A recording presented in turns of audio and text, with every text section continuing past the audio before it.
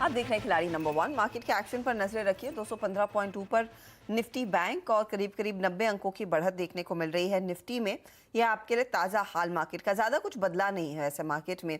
जिन stocks में सुबह से तेजी बनी हुई है वो कायम है, लेकिन एक स्टॉक है जो धीरे धीरे करके प्रेशर में आ रहा है और वो दरअसल है माइंडट्री। माइंडट्री आपकी स्क्रीन पर लेकर आएंगे। करीब 66 रुपए की गिरावट, 2% का नुकसान यहाँ पर देखने को मिल रहा है।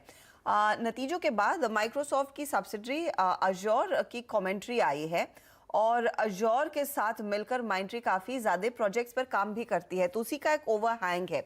एग्जैक्टली हो क्या रहा है और अजोर की कमेंट्री थोड़ी सी फीकी पड़ना माइंडट्री के लिए कितनी बड़ी खतरे की घंटी है। यतिन हमारे साथ है। यतिन, स्टॉक तो फिसला है, लेकिन क्या वार्निंग बेल्स बज चुकी है एनालिस्ट की तरफ से? देखिए, माइक्रोसॉफ्ट के जो नतीजे आए, इनफैक्ट वहाँ गूगल और दूसरी जो आईटी कंपनीज हैं उनके नतीजे आए, तो उनका जो क्लाउड कंप्यूटिंग सर्विस डिवीजन है वहाँ आपको दिखेगा कि थोड़े बहुत स्लो डाउन के इंडिकेशंस हैं। इनफैक्ट अजोर की अगर आप बात करें तो यहाँ इन्होंने केपेक्स भी लगभग 11% साल दर साल बेसिस पे कम किया है। इसका मतलब ये है कि थोड़ा बहुत स्लो डाउन के लिए कंपनी अपने आप को प्रिपेयर कर रही है। और अगर हम माइंडट्री की बात करें तो माइक्रोसॉफ्ट के एज्योर प्लेटफॉर्म के जरिए इनको काफ़ी अच्छा बिजनेस, एक बड़ा चंक बिजनेस का आता है।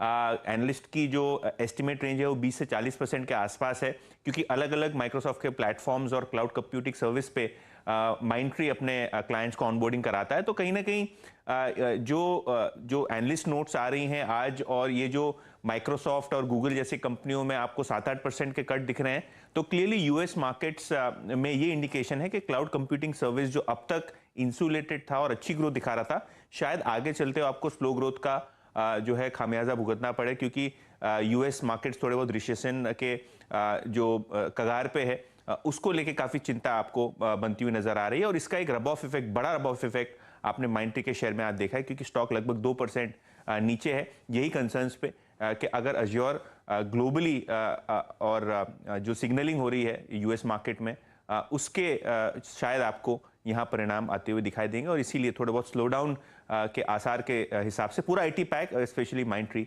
आपको प्रेशर में आता हुआ दिखाई पड़ रहा है। जी हाँ, ग्लोबल आईटी कंपनियों की हालत थोड़ी सी अब खस्ता होती दिखाई दे रही, प्रेशर है और वहां पर कई सारे टूल्स भारतीय आईटी कंपनियां भी इस्तेमाल करती हैं, इसीलिए माइंडट्री पर नजरें आपकी होनी चाहिए। धीरे धीरे करके फिसलता हुआ ये काउंटर, मुझे याद है 2020 में इन्होंने इनफैक्ट एक डेडिकेटेड यूनिट माइक्रोसॉफ्ट के साथ प्रोजेक्ट्स पर काम करने के लिए स्थापित की थी, और अब हम देखिए 2022 में वहीं से सिग्नल्स आ रहे हैं कि थोड़ा सा स्लो डाउन आ सकता है इस कारोबार से जुड़ा हुआ। शुक्रिया यतिन इस अपडेट के लिए। स्टॉक आपकी स्क्रीन पर एक बार फिर लेकर आएंगे। करीब करीब 67 रुपए तक की नुकसान पर कर रहा है कारोबार, 2% नीचे। चार्टिकली इसके उसको भापते हैं। रुचित, अगर आप एक आइडिया दे सके, चार्ट क्या इंडिकेट कर रहा है? थोड़ा सा कट आया है स्टॉक में, लेकिन क्या ये एक बड़ी गिरावट की तरफ इशारा है या फिर संभलने के आसार हैं? कहीं ना कहीं सपोर्ट है बीच में?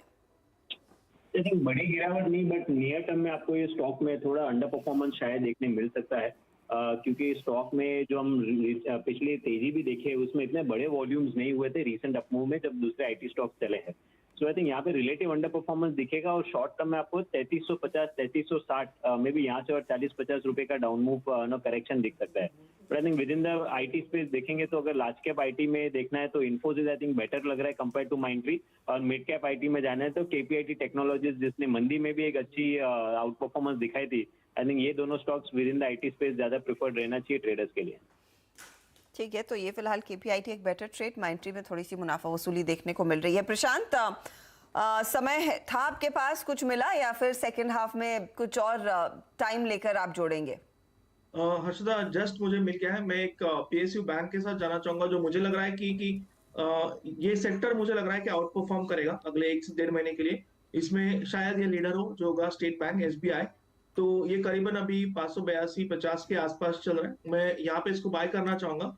स्टॉप लॉस में रखूंगा 565 565, और टारगेट मेरा होगा 635 का टारगेट 1635 और 650 का टारगेट 2।